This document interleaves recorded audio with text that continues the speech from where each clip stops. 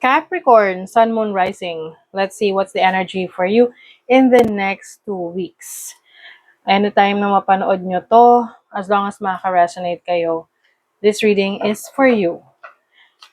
Another reminder, I will not message you or follow you para mag-offer ng services. So mag-ingat kayo sa mga fake accounts and scammers. Kung gusto niyo ng private reading, just go to my website, mysticqueenph.com, or you can book directly sa aking calendar.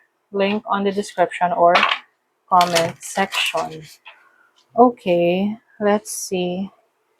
Capricorn. What's the energy? Caps.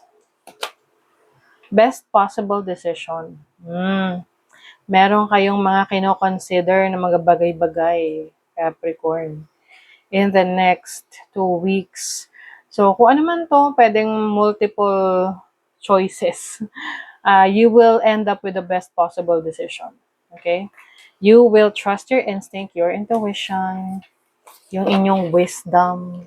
Yan.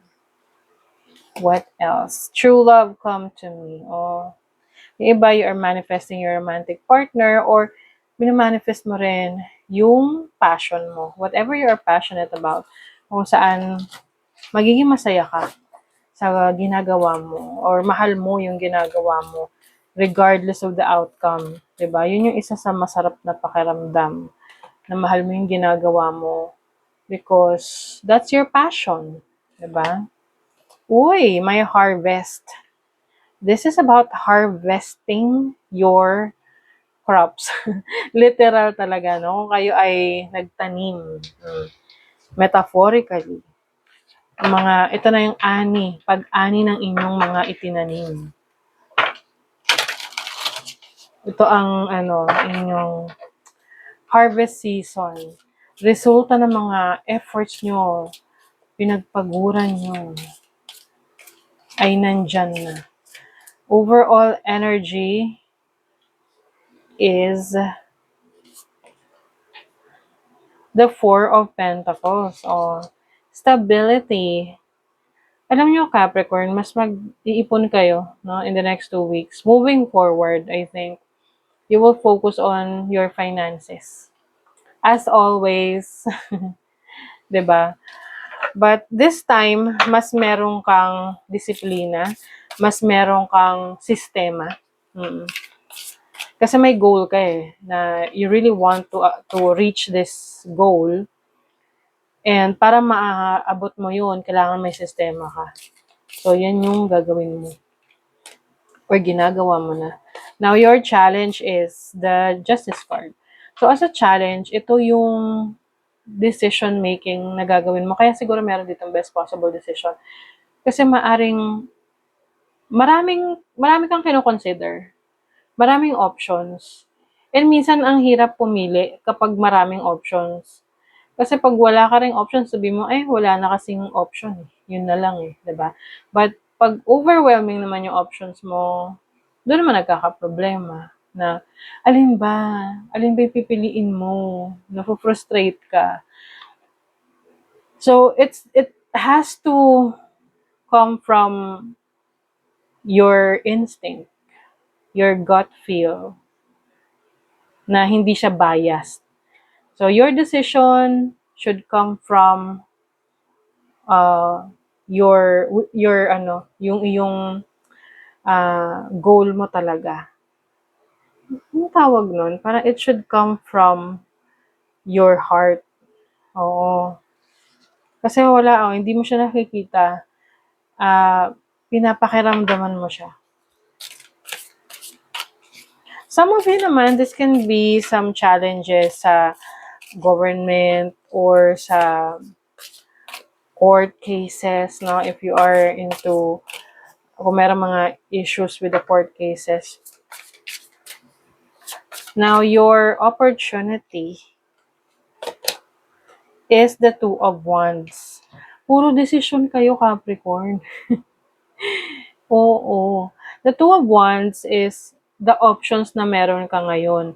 And I think, no, hindi lang isa yung pipiliin mo kasi you will choose na mag-multitask.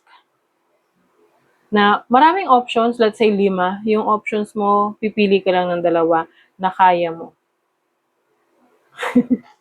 Wag lang sa ano ha, relationship.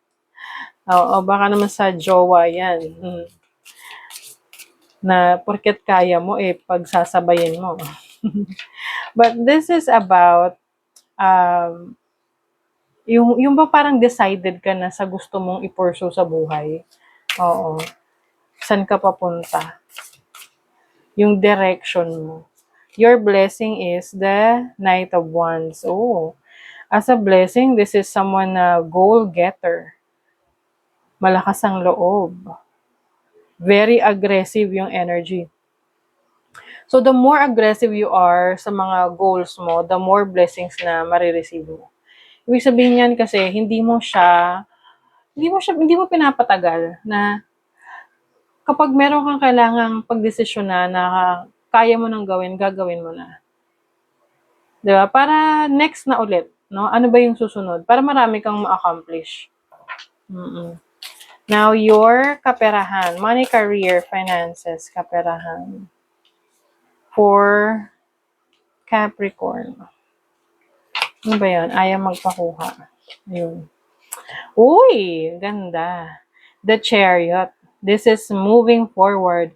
This is focusing on your goals. And the Chariot is, victory. Oo. So, ang inyong career path, trabaho will be victorious. Some of you, maraming travel opportunities in the next 2 weeks. Pwedeng may bagong sasakyan in the next 2 weeks kung nandun kayo sa proseso na pag-acquire ng sasakyan. And then, your love life. Ay, aray ko po. Oh. Capricorn, kamusta ang love life nyo? Kaya siguro kayo nagde-decide ngayon whether ipagpapatuloy nyo pa ba yung relasyon nyo na yan o hindi na. So, pwedeng gano'n, no? And syempre, hindi naman para sa lahat. But if you are single, I don't think na bukas ka ngayon sa, pakikipagrelasyon. Oo. Pero kung ikaw ay in a relationship, so pwede magkaroon ng challenging situation with your partner. Okay. Ooh, watch for signs. Follow the moon. Follow your instinct. That's part of the decision making. More on the pakiramdam to eh. Kasi minsan nagde-decide tayo, ano yung practical, ano yung logical. But this time, in the next 2 weeks, whatever you need to decide on, yung instinct mo, yung gut feel mo ang susundin mo. Kasi yun yung mas mag-lead sa'yo sa best possible decision. So, that is your reading, Capricorn. Thank you so much. See you again.